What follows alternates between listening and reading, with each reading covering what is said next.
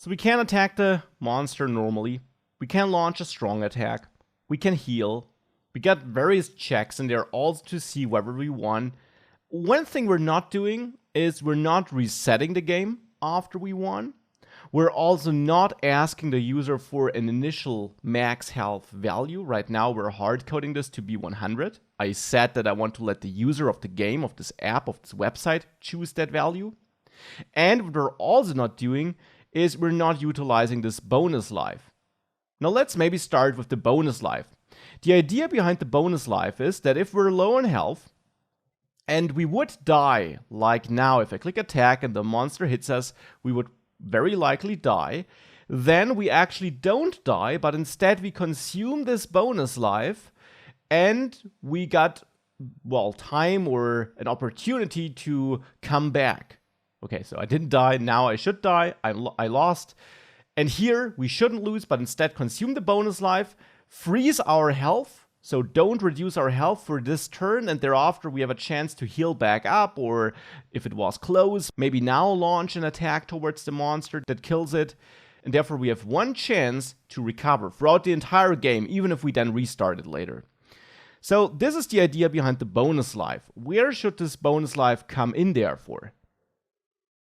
Well, the end round function makes sense because this is where we check whether we lost, and here actually, before we check this, we should check whether we have a bonus life. So in here, we can add another if statement and check if the current player health is smaller or equal than 0, which means we would be dead. And now I also want to check if we still have our bonus life. Now for that, since it's exactly 1 which we can consume, I'll add a new variable up there, which I'll name has bonus life. And I give it this strange name because this will actually hold true initially. So this is now a variable that just holds a Boolean value, true or false. Not a truthy or falsy value, but a real Boolean.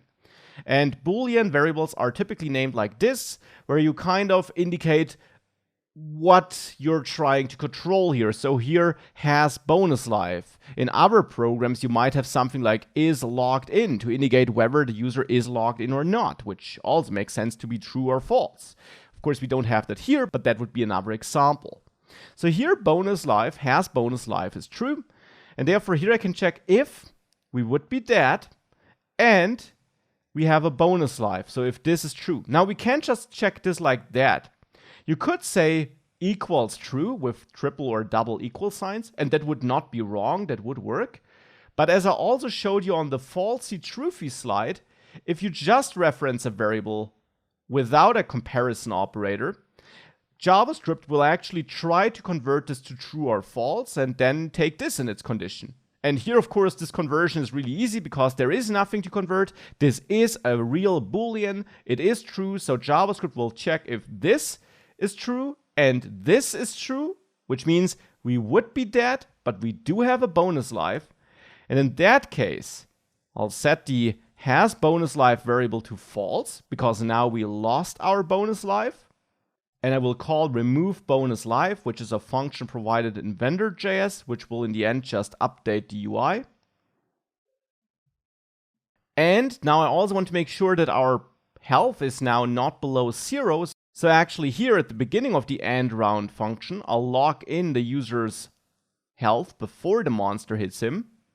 So initial player life is here set equal to current player health.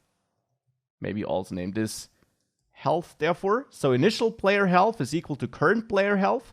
Thereafter the monster hits us and the current player health is reduced. But since we stored a copy here in initial player health is not affected by changes in current player health. And therefore here we can set back the current player health to the initial player health. So we reset it to the health before the monster hit us. That's what our bonus life does here. Now let's just also inform the player about his luck and say, you would be dead, but the bonus life saved you. And of course, also make sure we update the UI appropriately by using a function you find in vendor.js, and that's the setPlayerHealth function, which just updates the player health bar. You simply pass it the health to which it should be set. So here, that's of course the initial player health, to which we also reset our in-game health. And with that, now let's save it, reload this game, and now attack the monster a couple of times so that we would die. And now we would normally be dead, but the bonus life saved us. And indeed here, we got a little bit of health left. So maybe let's try heal up. And now we won. You also see the bonus life was removed here. So that's the bonus life, again, with some if checks implemented. Here also with a variable which we don't compare to anything, which again, we could do, but it's simply redundant, because if you don't add a comparison operator, JavaScript will try to coerce this value to true or false, which here is simple because it is a real Boolean, and therefore we can use it like this in the condition, and hence this works.